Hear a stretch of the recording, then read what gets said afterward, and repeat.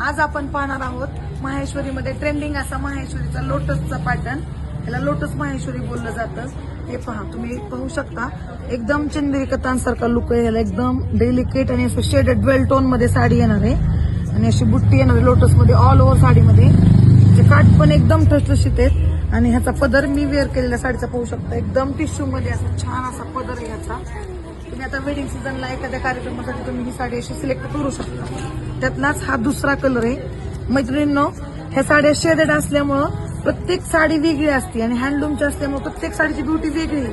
तुम्ही असा आग्रह पकडू नका की मला सेम दुसऱ्याकडे तरी फोटो घेऊन सेम मिळेल. साडी व्यवस्थित पहा, व्यवस्थित स्क्रीनशॉट घ्या.